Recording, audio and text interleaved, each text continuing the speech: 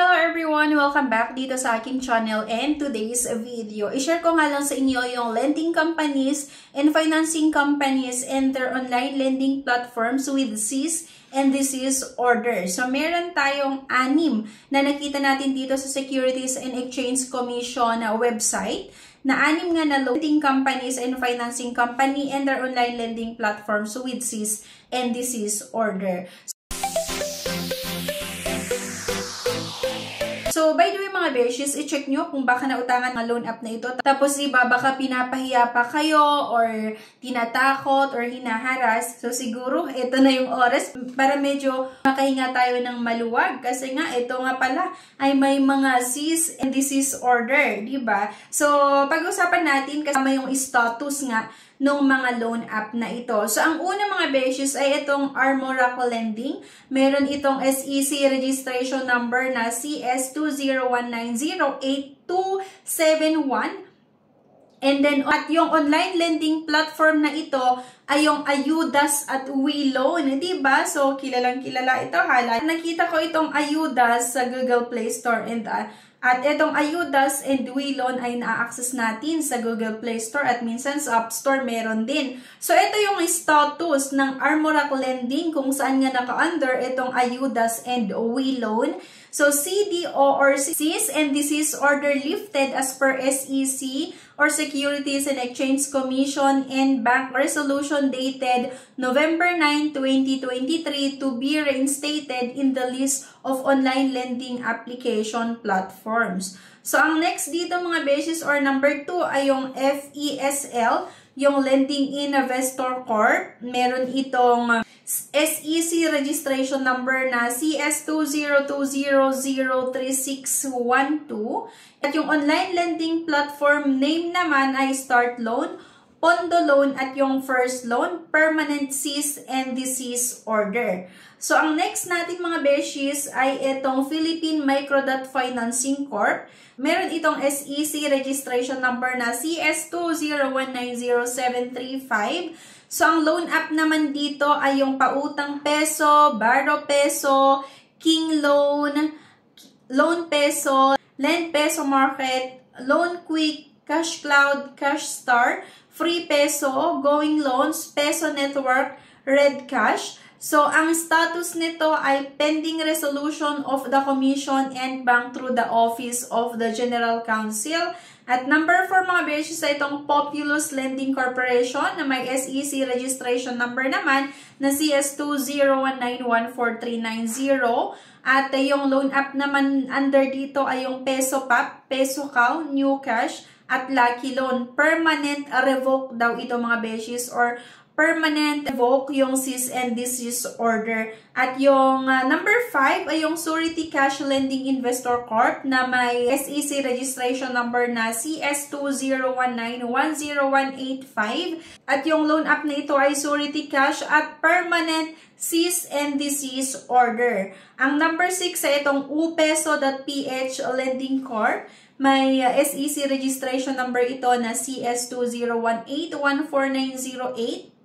At yung loan app naman na under dito ay upeso, Pera for You, Pera Lending at yung loan mo to, Permanent Cease and Desist Order. So, ito yung mga loan app na baka nautangan mo at kung ano-ano yung mga pinagsasabi sa inyo. Siguro oras na para medyo makahinga tayo ng maluwag-luwag kasi ito nga ay may mga nilabag. Maring may mga magtatanong sa inyo na ano nga ba yung Cease and Desist Order.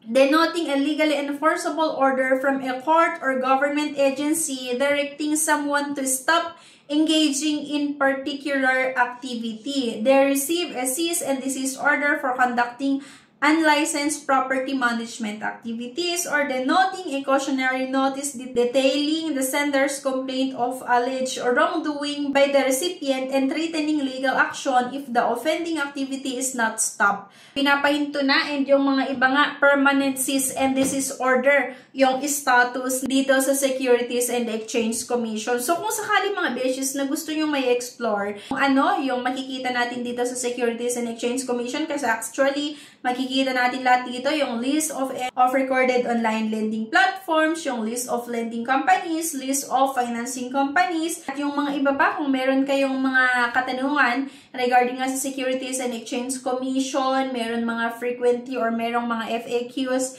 na kung saan masasagot lahat ng ating katanungan. At naloka nga ako mga beses kasi ang ilan sa mga loan app na naka-under dito sa list of revoked and suspended lending companies nga ay hanggang ngayon nag-ooperate pa rin, di ba? Hanggang ngayon makikita pa rin sa Google Play Store and sa App Store itong mga iba dito.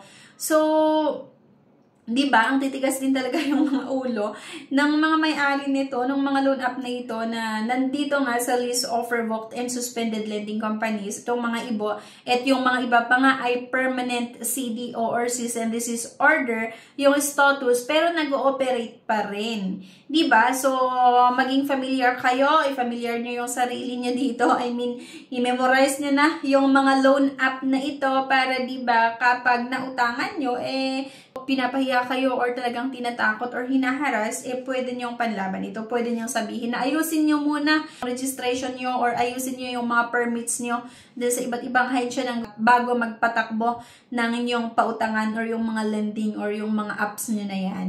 Okay, so ulitin lang natin itong Armola Lending. So nandito nga nakalagay dito yung SEC registration number at yung app nga na under ng Armola Lending ay yung Ayudas at yung WeLoan. So, yung status nga nito ay CDO lifted as per SEC and Bank Resolution dated November 9, 2023 pa pala ito to be reinstated in the list of online lending application platforms. At next dito ay itong FESL Lending Investor Corp. Yung loan app nga na naka-under dito ay yung Start Loan, yung Pondo Loan at First Cash. So, permanent CDO or permanent cease and desist order. Number 3 nga ay itong Philippine Microdat Financing Corp. Ang dami mga beses yung mga naka-under dito ha. Yung sa Philippine Microdat Financing Corp, yung pautang peso.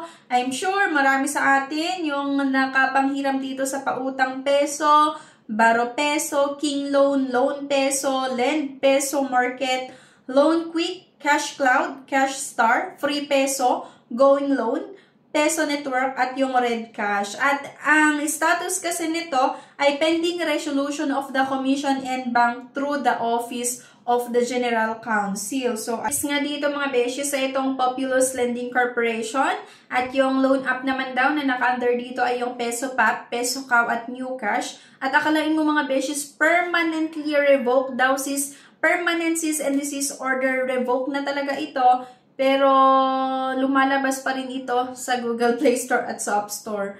And next nga itong Surety Cash Lending Investor Corp. So, permanent CDO or permanent cease and desist order. Pero nag-exist pa rin ito mga beses sa Google Play Store, itong Surety Cash. Next nga, or number 6, itong upeso.ph Lending Corp. At yung loan app nga na naka-under dito ay yung upeso, Pera for You, Pera Lending Loan mo to. So, itong mga loan app na ito ay nakikita ko pa rin sa Google Play Store. Permanent CDO yung status ng pautangan na ito or permanent cease and desist order. Pero kasi di ba, sabi ko nga sa inyo, minsan matitigas talaga yung ulo ng mga may-ari ng mga loan app na ito na kahit may issue na, talagang pinapatakbo pa rin, pinapagana pa rin, nagpapautang pa rin. Kaya minsan hindi na rin ako natatakot na umutang sa iba't ibang mga loan app, lalo kung may issue naman. Tapos kung makasingil na agent, akala mo perfecto yung loan app nila or yung company na pinagtatrabahuan nila, diba? So ayan, wag na kayong matakot ha. Kailangan nating huminga ng maluwag at kung nai-stress kayo sa iba't ibang mga loan app, ito ang tandaan mo. Wawasan natin na ma-stress sa iba't ibang mga loan app. At the end of the day, option pa rin natin na maging masaya. Kaya kailangan lang din natin maging masaya. At yung ibang mga pananakot nila, hayaan nyo na.